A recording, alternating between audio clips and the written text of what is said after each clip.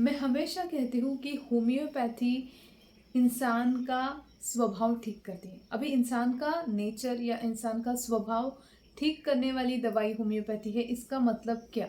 देखो, गुस्सा या फिर लड़ाई झगड़ा, ये सारी चीज़ें कॉमन है, सब में है, ऐसा कोई नहीं है। हाँ, जो सेंट है वो लोग इससे बहुत ऊपर उठ चुके होते हैं, वो इससे से परे होते हैं। लेकिन when I am talking about common public, तो सब में गुस्सा होता है, सबको गुस्सा आता है, सबको इरिटेशन होता है, हर एक का फ्रस्ट्रेशन दिखाने का तरीका अलग अलग होता है। तो अगर कोई चीज़ एक्सेसिव है किसी इंसान में, इतना एक्सेसिव कि वो उसको और दूसरे को तकलीफ पहुंचा रही है, जैसे कि गुस्सा मुझे भी आता है, आपको भी आता है, पर अगर किसी इंसान को इतना ज़्यादा गुस्सा आता है, इतना अनकंट्रोल्ड एंगर रहता है कि वो गुस्से में कुछ भी कर सकता है, अपने आप को या किसी और इंसान को हानि पहुंचा सकता है। टीवी उसने फोड़ दिया या फिर उसने अपने बेटे को बहुत पीट दिया। तो ये जो डिस्ट्रक्टिव लेवल पे जाने वाला गुस्सा है, तो इसको या फिर कोई भी ऐसी जो नेचर की कंडीशन है जो कि एक्सट्रीम में है, तो उसको ठीक करने के लिए होम्योपैथी बहुत अच्छा काम करते हैं। तो I was discussing this the other day with my students, and उस डिस्कशन के बाद एक स्टूडेंट मेरे पास आई और उसने मुझे पूछा कि उसकी फैमिली में उसकी कज़िन का उसने केस शेयर किया, और उसने कहा कि उसका नेचर काफ़ी अलग है, और थोड़ी चीज़ें हैं जो कि ठीक नहीं है उसी के अंदर, और उसी के वजह से उसका एक बार डिवोर्स हो चुका है, और अभी जो सेकेंड मैरिज उसने किया है वो भी डिवोर्स की तरफ जा रहा है। So is it possible that with homeopathy we can help him? So I said yes, definitely, but he should be willing to take homeopathy. और उसका वजह हमेशा देखो, nobody will enter your clinic कि मेरे नेचर के वजह से मुझे तकलीफ हो रहा है। बहुत ही कम लोग ऐसे रहेंगे कि जिन्हें लगेगा कि ये चीज़ मेरे में ठीक नहीं है और वो आपके पास आएंगे, but otherwise it is very rare. Okay, so उसने मुझे बोला कि हाँ, these days he is very very much like ताकत नहीं है, बहुत ही ज़्यादा वीकनेस है और बार बार बीमार होते रहते हैं, तो ये चीज़ें उसके साथ होती है। So I can go and talk with him कि इम्यूनिटी बढ़ाने के लिए भाई बहुत अच्छी दवाई हमारे पास है, तो you please go and visit my ma'am once. So ये सारी चीज़ें उसने उसके साथ शेयर की, and he was willing to come and take homeopathy. तो अभी देखो, मैं केस शेयर कर रही हूँ, and I want you all to pay attention, listen to this case very carefully. ये केस शेयर करने के बाद आप भी सोचिएगा कि मैंने क्या दवाई दी होगी, और उसके बाद मैं वो जो दवाई है, वो जो ड्रग है, वो इन डिटेल आपके साथ शेयर करने वाली हूँ। इसीलिए वीडियो बहुत ज़्यादा इन्फॉर्मेटिव है, आपके लिए बहुत फ़ायदेमंद है, भले थोड़ी बड़ी क्यों ना हो, पर आप इससे बहुत कुछ सीखोगे, इसलिए वीडियो कंप्लीट देखना आपकी जिम्मेदारी है। ठीक है, तो चलो शुरू करते हैं। मैं हूँ डॉक्टर संजीवनी, और आज की जो वीडियो है, आज की जो केस है मैं आपके साथ शेयर करने वाली हूँ, ये आजकल ना बहुत कॉमन है। It's like a trend. Okay, ये जो पर्सनालिटी है, जो हम लोग आज सीखेंगे एक ड्रग के ज़रिए, it is very common these days. तो वो क्या है, वो जो पेशेंट मेरे पास आया, so first he started with कि आजकल बहुत ज़्यादा वीकनेस होती है मैम, बिल्कुल भी ताकत नहीं है, बार बार बीमार होते रहता हूँ। So I listen to all this complaints and I asked, okay, कोई चीज़ है जो आपको बॉदर कर रही है? ठीक है, और ये मैंने सवाल पूछा।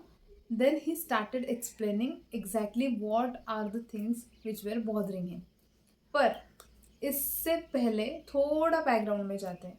उसकी जो कज़िन थी जिसने इस पेशेंट को रिफ़र किया था, जो मेरी स्टूडेंट है, तो उसने मुझे इस बंदे के बारे में क्या बताया था कि ये जो है, इसका नेचर थोड़ा ऊट पटांग है। इसी के नेचर के चलते इसका एक डिवोर्स हो चुका है, दूसरी मैरिज जो अभी है वो भी डिवोर्स की तरफ ही जा रही है। ठीक है, तो ये उसका इंफॉर्मेशन है। See, you always have to pay attention to what the family members और the close relatives have to say about the patient. Okay, तो वो एक बैकग्राउंड में आपके पास नॉलेज होना चाहिए। और दूसरी इम्पॉर्टेंट बात, सिर्फ उस नॉलेज पे बेस्ड आप दवाई नहीं देंगे, क्योंकि वो गलत जाएगा। क्योंकि नॉलेज होना मतलब पेशेंट के रिलेटिव उसके बारे में क्या सोचते हैं, उनका क्या ऑब्जर्वेशन है, इज़ वेरी गुड। वो एक चीज़ आपके पास बोलते हैं ना बैक एंड में होना चाहिए आपके दिमाग में। पर जब पेशेंट एंटर करता है, so it is very important for all the homeopaths to observe the patient and to understand कि अभी जो पेशेंट मेरे सामने है, तो जो चीज़ उनके रिलेटिव्स ने बताई थी और जो बंदा अभी मेरे सामने है, क्या वो सारी चीज़ें मैच करती है। अगर मैच करती है तो बहुत बढ़िया, अगर नहीं मैच करती तो जो आपको दिख रहा है, जो आपको समझ में आ रहा है, उसके अंडरस्टैंडिंग पे ऊपर आपको दवाई सिलेक्ट करना है। ठीक है, तो अनप्रेजुडाइज होके, इसी को देखो अनप्रेजुडाइजनेस बोलते हैं कि कोई इंफॉर्मेशन गैदर कर ली रिलेटिव से, उसके बेसिस पे अगर दवाई देते हो, then you will become a prejudice prescriber. But अगर वो चीज़ बैकग्राउंड में रखी है पर फिर भी अहमियत दे रहे हो जो सामने दिख रहा है, then you are giving the medicine totally unbiased होके दे रहे हो आप। ठीक है, तो अभी ये जो पेशेंट बहुत बात करने का तरीका भी ऐसे बहुत, he was very dull and I could really see the weakness and exhaustion which he was suffering from. ठीक है, तो उसके कजिन ने, वो स्टूडेंट जो थी, उसने बताया था कि ये ना, इसका नेचर थोड़ा अजीब है, ये बहुत फ्लर्ट करता है। ठीक है, और उसी के चलते उसका पहला डिवोर्स हुआ था। और उसकी शादी भी लव मैरिज ही थी, जो पहली वाली जो टूट चुकी है। ये दूसरी वाली भी जो शादी अभी है, वो भी लव मैरिज है। और इसके पहले भी इसके बहुत सारे अफेयर्स थे। और we use to make fun of it कि हाँ यार, तू शादी किससे करेगा। ठीक है, सो वो कजिन्स थे, इसलिए ये सारी चीज़ें उनके उनमें कॉमन थी। Okay, so what we have to pay attention now. Now you listen. अभी ये बंदा क्या बोल रहा है, ये पेशेंट क्या बोल रहा है, he is telling me that he is feeling this particular weakness since more than 3 to 4 months ना। और उसी के चलते he is not able to join his work properly. बीच में बहुत सारी छुट्टी उसको लेनी पड़ती है और बार बार कुछ ना कुछ होते रहता है। सो व्हेन आई आस्क्ड कि क्या बॉदर कर रहा है, तो ही सेड कि ये मेरी दूसरी शादी है और अभी ऐसा कुछ माहौल है कि हो सकता है कि डिवोर्स हो सके, तो मुझे ये नहीं होने देना।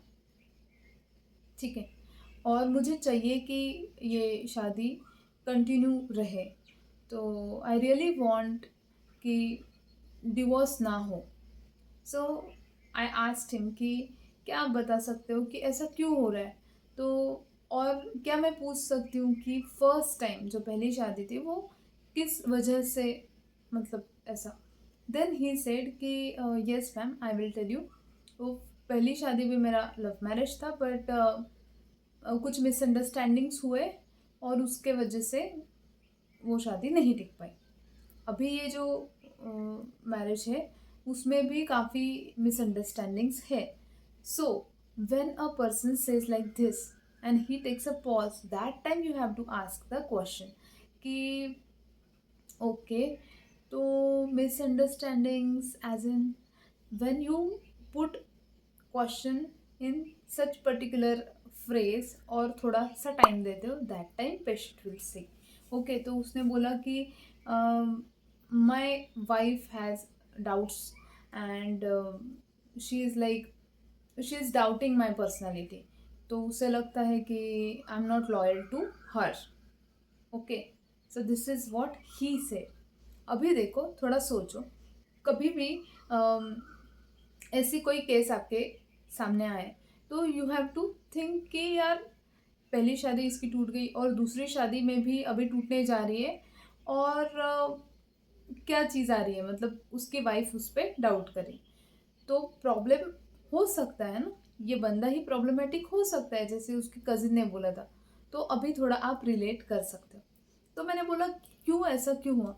देन ही स्टार्टेड टेलिंग कि ma'am, to be very honest, I have many friends amongst girls, I have many friends और so I am pretty close to my friends and outings and all, ये सारी चीज़ें हैं. So but that's part of my lifestyle. Okay. And now she is doubting my personality. ऐसा नहीं है कि उससे पता नहीं है, but it is like that. But those are my friends. So he was very cool. And that time जो पहले उसका वीकनेस था, जिस तरीके से बात कर रहा था, वो सारी चीज़ें थोड़ा हट के वो नॉर्मली ये सारी चीज़ें बोल रहा था. And then he appeared very cool while explaining his things. Okay, which is not exactly actually cool, but ये सारी चीज़ें वो बोल रहा था. एंड देन फिर मैंने उसको पूछा कि if this marriage is so important for you, then why don't you refrain yourself from all such things जो आपकी वाइफ को नहीं पसंद है. टू दिस ही सेड कि हाँ, मैं मतलब ये जानबूझ के नहीं करता हूँ, या अपने आप हो जाता है. So now you understand. Okay, कि ये है उसका नेचर. नेचर यानी कि क्या, जो चीज़ें, the things which are very like very common, जो अपने आप हो जाती है. ठीक है. किसी किसी का बोलते हैं ना, इसका नेचर बहुत गुस्सेल, ये बहुत बड़े गुस्सेल स्वभाव वाला है, तो इसको गुस्सा आ जाता है अपने आप. मतलब ऐसा कोई भी इंसान सोच के ही कुछ बोलेगा, बट फिर भी एक उसका टेंडेंसी है. You understand. So it is very much common to him. So it is part of his nature. ठीक है. सो इस बंदे ने बोला कि मैं ये जानबूझ के नहीं करता हूँ, ये अपने आप हो जाता है. This is how I am. ये उसने इस तरीके से बोला, this is how I am. Okay. So अभी इस पर्सनालिटी को थोड़ा सा डिकोड करते हैं. अब तक आपने जो भी सुना, आपके दिमाग में क्या आया, जो आया है इसी मोमेंट पे, पूरा वीडियो बाद में देखो, इसी मोमेंट पे अभी कमेंट में लिखो कि आपके दिमाग में कौन सा ड्रग आ रहा है. ठीक है. शायद हो सकता है बहुत सारे लोग सही आंसर करें, पर जो भी आप आंसर करोगे, फिर भी उस ड्रग को मैं इन डिटेल आपके साथ शेयर करूँगी. और वो बहुत ज़्यादा इम्पॉर्टेंट है, क्योंकि इसके दो साइड्स हैं. ठीक है. कोई भी दवाई, जैसे कोई भी ड्रग होता है, उसका एक ही फेस नहीं होता. हमेशा वो कहते हैं ना कि कॉइन के दो साइड्स हैं. वैसे ही हर एक रेमेडी के, हर एक ड्रग के दो साइड्स होते हैं. ठीक है. तो उसको स्टडी करेंगे. तो मैं अभी डिस्क्लोज कर देती हूँ. ये जो दवाई है, जो मैंने उनको दी और जिससे वो बहुत अच्छी तरीके से रिकवर हो पाए, वो है fluoricum acidum. Okay. So why floric acid? Why floricum acidum? And the most happy thing about all this is उनका डिवोर्स नहीं हुआ. ओके. सो ये जो केस है वो मैंने करीबन 1.5 साल पहले लिया था. एंड नाउ वो जो स्टूडेंट है, तो उसको मैंने बीच बीच में मैसेज करके पूछा भी था, how is your cousin, how is his marriage going. तो शी सेड ऑल फाइन. और वो अभी भी कंटिन्यू है, मतलब वो शादी चल रही है, टिकी हुई है. ठीक है. So that's the power of homeopathy. और अभी हम लोग जानते हैं कि फ्लोरिक एसिड क्यों, फ्लोरिकम एसिडम इस पेशेंट को क्यों दिया. देखो, फ्लोरिकम एसिडम क्या है. फ्लोरिन प्लस एसिड, इसका कॉम्बिनेशन फ्लोरिकम एसिडम है. तो इसमें दो पार्ट्स है ना. फ्लोरिन का एक पार्ट है और एसिड का अपना एक पर्सनैलिटी ट्रेट आएगा. Fluorine is halogen, right. तो हेलोजन को थोड़ा समझते हैं. हेलोजन क्या है. हेलोजन ना बहुत लाइट होते हैं, और वो क्या बोलते हैं, बहुत ज़्यादा एक्टिव, रिएक्टिव, ऐसे जो सारे होते हैं वो हेलोजन होते हैं. तो ये बेसिकली आई गेस 8 टेबल में आता है. फ्लोरिकम एसिड में जो फ्लोरिन है वो 8 टेबल में आता है. तो उसका टेंडेंसी क्या है, he is very active, he is very reactive and repulsive. ठीक है. वो अनस्टेबल होते हैं. ठीक है. तो ये सारी चीज़ें उनके पर्सनालिटी में आती है, क्योंकि ये ड्रग फ्लोरिक एसिड है. तो फ्लोरिन का जो नेचर है उस हेलोजन का, तो वो इसमें भी आएगा, इस बंदे में, या फिर इस पर्सनालिटी ट्रेट में आएगा. These people will be very active. ठीक है. Very reactive, repulsive at the same time. और अनसेटिस्फाइड, ये एक चीज़ उनके पर्सनालिटी का हिस्सा होती है. उनको हमेशा अनसेटिस्फाइड लगते रहता है. See, the one who is very much satisfied with what he is doing, very much satisfied with whomsoever he is with, तो वो लॉयली उस इंसान के साथ रहते हैं. बट जो अनसेटिस्फाइड है, जो अपने आप को अच्छे से हैप्पी या फुलफिल्ड नहीं समझता, वही कहीं और दूसरी जगह पे देखेगा, ठीक है। And this is the very very much we can say the foundation of all the divorces happening in this century. Why? क्योंकि लोगों को I don't know why they are never satisfied with the person with whom they are. तो उनको ऐसे लगता है कि यार ये marriage this person this relation is totally incompatible. So what is compatibility? Compatibility मतलब आप दोनों एक दूसरे को अच्छे से फुलफिल कर रहे हो, मतलब you are very much supportive to each other, you understand each other nicely. So if this is not there and you know, मतलब हर अलग अलग लेवल पे अभी हर किसी की जैसे सोच है उस हिसाब से वो कंपैटिबिलिटी को सोचेगा। बट इफ़ यू फील कि ये सामने वाला बंदा मेरे लिए ठीक नहीं है, ये कुछ जम नहीं रहा है हम लोग का, तो there the word incompatibility comes into the picture. तो ये जो फ्लोरीन वाले जो लोग रहते हैं, ये जो हेलोजन है, इनको हमेशा लगता रहता है कि उनका relation is not compatible. Relationship में जो जो बंदा है उनके साथ या जो जो भी इंसान है, so they always have this feeling of incompatible relationship. Okay, and that's why they tend to break it off. Okay, अभी जो एक्टिव लोग हैं, अब now you have to understand this thing. Flirt कौन करता है, फ्लर्ट कैसे किया जाता है? तो the one who flirts is always like a cool dude. He will be out, he will go, he will introduce himself, है ना। वो थोड़ा तारीफ कर लेगा सामने वाले की, या फिर you know how people flirt, right? तो उस तरीके से, ठीक है, कि वो ज़्यादा बात करने वाला, बहुत ज़्यादा एक्टिव, शाइनिंग मारने वाला, ऐसा सब रहता है। तो ये जो हेलोजन है उनका भी नेचर वैसा है। और क्योंकि फ्लोरीन हेलोजन आता है, फ्लोरिक एसिड का एक बहुत अहम हिस्सा, तो उन लोगों में ये पर्सनैलिटी ट्रेट है, they are very active and that's why they make lot many friends, that's why they go out. ये इन सारी चीज़ों को हम लोग क्या बोलेंगे, एक्टिव पर्सनैलिटी बोलते हैं ना, कि हाँ जो बहुत ज़्यादा सोशलाइज होता है, सोशलाइजिंग जिसका ज़्यादा है, जिसके बहुत सारे फ्रेंड्स है, हाय हेलो सब में मिल बांट के रहता है, मतलब घुल मिल के रहता है, सॉरी। तो ये सारी जो चीज़ें हैं इसको एक्टिव पर्सनैलिटी ट्रेट बोलेंगे। तो he is like that, he goes and he makes friends, he go ahead of that, he flirts with the opposite gender, he or she, and then बहुत जल्दी he goes into a relationship, he makes relationships, and उतना ही जल्दी he breaks relationships। okay, you understand this? जितना जल्दी वो किसी के साथ आगे जाता है उतना ही जल्दी वो पीछे चले आता है, ठीक है, बिकॉज ही इज अनस्टेबल। हाँ, अनस्टेबल बंदा ही ऐसा करेगा।